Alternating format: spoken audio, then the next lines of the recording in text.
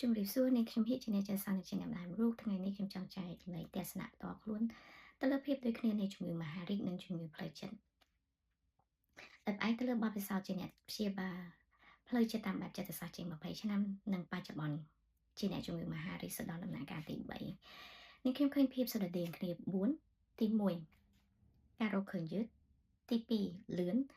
ទី3យូរនិងទី4ការកើតឡើងវិញទី1ការរកឃើញយឺតភាគច្រើននៃអ្នកជំងឺមហារីករកឃើញតែខ្លួនមានជំងឺមហារីកនៅដំណាក់កាលទី3ឬក៏ទី4ដោយសារតែកោសិកាមហារីកនៅពេលដែលនៅក្នុងខ្លួនបំបែកខ្លួនយើងអត់ដឹងភាគច្រើននៅពេលដែលគ្រាន់តែជាដុំសាច់យើងអត់ទទួលអារម្មណ៍ថាឈឺទេតែនៅពេលដែលការវិវត្តកាន់តែធំទៅធ្វើឲ្យអ្នកចាប់ផ្ដើមឈឺយើងមានលក្ខណៈរលាកហើយនៅពេលដែលយើងស្វែងរកជំនួយគឺភាគច្រើនវានៅក្នុងដំណាក់កាលចុងក្រោយឬក៏យឺតដូចគ្នាដែរជាមួយនឹងអ្នកជំងឺផ្លូវចិត្តភាគច្រើននៃអ្នកដែលស្វែងរកជំនួយគឺទុកឲ្យជំងឺផ្លូវចិត្តវិវត្តដល់ធ្ងន់ធ្ងរទៅរកជំនួយដោយសារតែបញ្ហាកើតឡើងនៅក្នុងជីវិតយើងអត់ដឹងថាមានអ្វីកើតឡើងចំពោះបុគ្គលយើងអត់ដឹងថាតើការគិតរបស់បុគ្គលយ៉ាងម៉េចយើងអត់ដឹងថាតើបុគ្គលទទួលអារម្មណ៍ម៉េចហើយនឹងមិនដឹងថាតើគាត់ទទួលការប៉ះទង្គិចអ្វីខ្លះតាំងពីកុមារភាពឬក៏អតីតកាលមក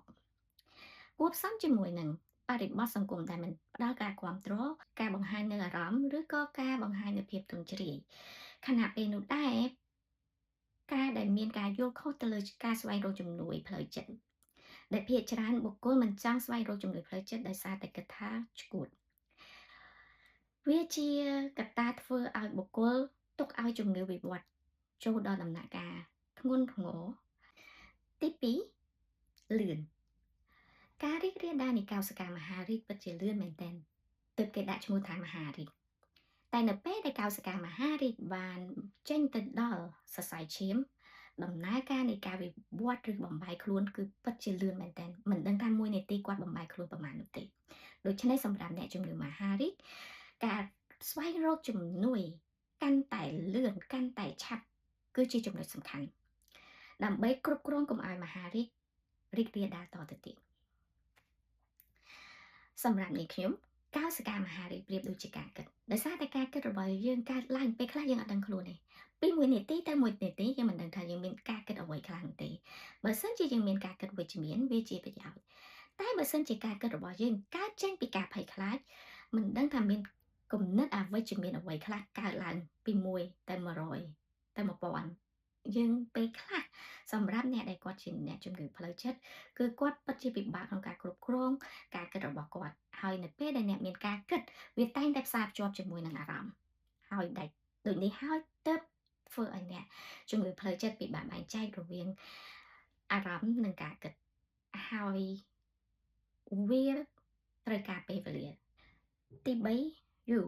ដំណើរការនៃការព្យាបាលជំងឺមហារីកនិងជំងឺផ្លូវចិត្តត្រូវការពេលវេលាយូរ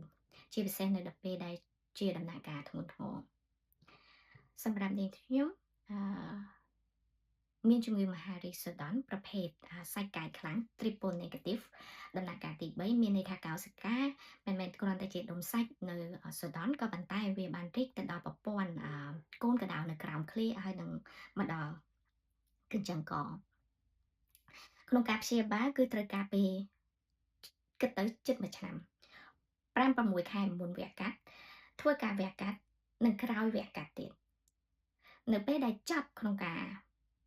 ព្យាបាលគឺត្រូវរងចាំ2ឆ្នាំក្នុងការតាមដានថាតើមហារីកកើតឡើងកោសិកាមហារីកមានទៀតទេទើបគេប្រើពាក្យថាជា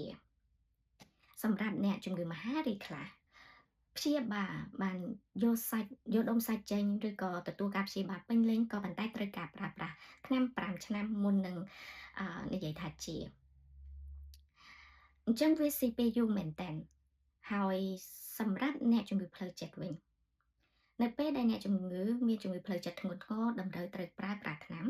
គាត់ត្រូវជួបជាមួយនឹងវិជ្ជបណ្ឌិតជំនាញផ្លូវចិត្តសម្រាប់នាងខ្ញុំជាអ្នកចិត្តសាស្ត្រខ្ញុំមិនដឹងថាតើត្រូវប្រើប្រាស់ថ្នាំយូរប៉ុណ្ណានោះទេក៏ប៉ុន្តែក្នុងនាមជាអ្នកចិត្តសាស្ត្រដែលមានជំនាញព្យាបាលផ្លូវចិត្តការព្យាបាលគ្រាន់តែប្រើប្រាស់ថ្នាំមិនអាចជួយបុគ្គលពេញលេញនោះទេព្រោះអី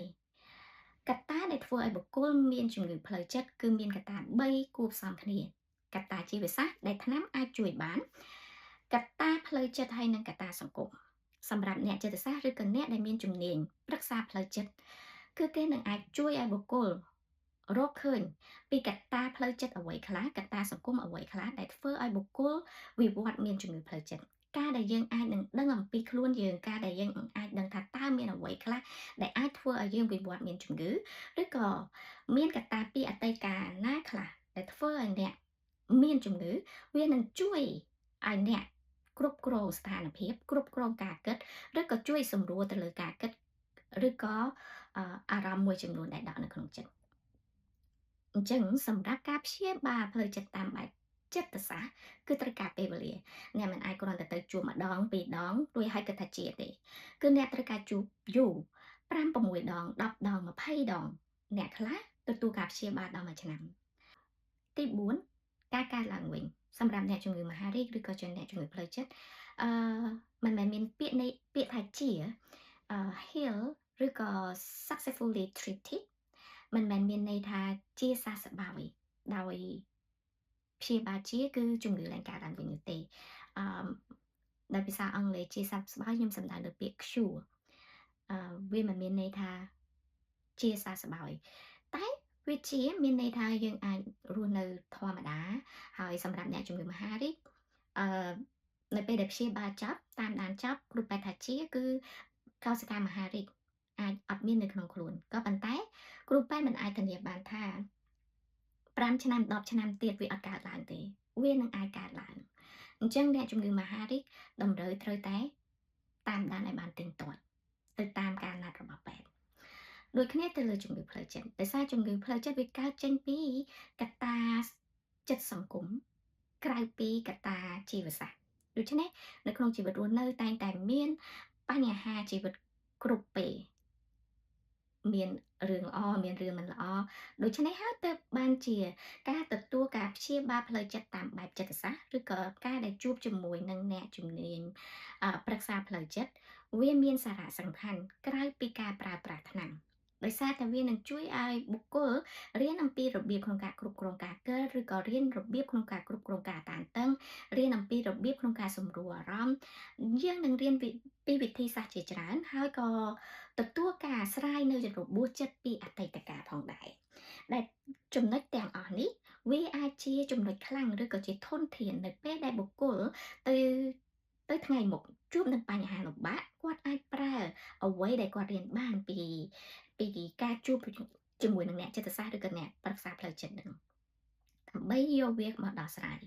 ដូច្នេះហើយក្នុងការព្យាបាលជំងឺផ្លូវចិត្តគឺតម្រូវអឺត្រូវផ្ដោតទៅលើចំណុចទាំង3ជីវសាស្ត្រចិត្តហើយនិងសង្គមត្រូវការព្យាបាលដែលមានលក្ខណៈរួមបញ្ចូលគ្នាសរុបមកខ្លីគោលបំណងក្នុងការចែកចម្លែកចំណុចស្រដៀងគ្នាទាំងនេះគឺខ្ញុំមានគោលដៅ2ទី1គឺខ្ញុំចង់ឲ្យអ្នកដែលគាត់មានអ្នកដែលសង្ស័យថាខ្លួនមានជំងឺមហារីកឬក៏ដុំសាច់កាចឬក៏មានដុំសាច់និងអ្នកដែលគាត់មានបញ្ហាផ្លូវចិត្តឬក៏បញ្ហាផ្លូវចិត្តឬក៏បញ្ហាជីវិតធ្វើឲ្យគាត់ប៉ះពាល់ទៅដល់ការរស់នៅទំនាក់ទំនងឬអីព្យាយាមរកជំនួយឲ្យបានកាន់តែឆាប់កាន់តែល្អរកជំនួយកាន់តែលឿនកាន់តែឆាប់គឺជារឿងសំខាន់វានឹងជួយឲ្យការព្យាបាលឬក៏ដំណើរការក្នុងការព្យាបាលមិនមានលក្ខណៈស្មុគស្មាញវាអាចត្រូវការពេលតិចជាងទី2ការថែទាំខ្លួនឯងជាប្រចាំជាចំណុចសំខាន់អ្នកដែលមានការដែលរស់នៅបែបសុខភាពការដែលរស់នៅដែលធ្វើឲ្យយើងមានទាំងផ្លូវកាយផ្លូវចិត្តល្អវាជាអ្វីដែលអ្នកទាំងអស់គ្នាគួរដាក់ពេលដាក់វេលាក្នុងការធ្វើវាជាប្រចាំសូមអរគុណ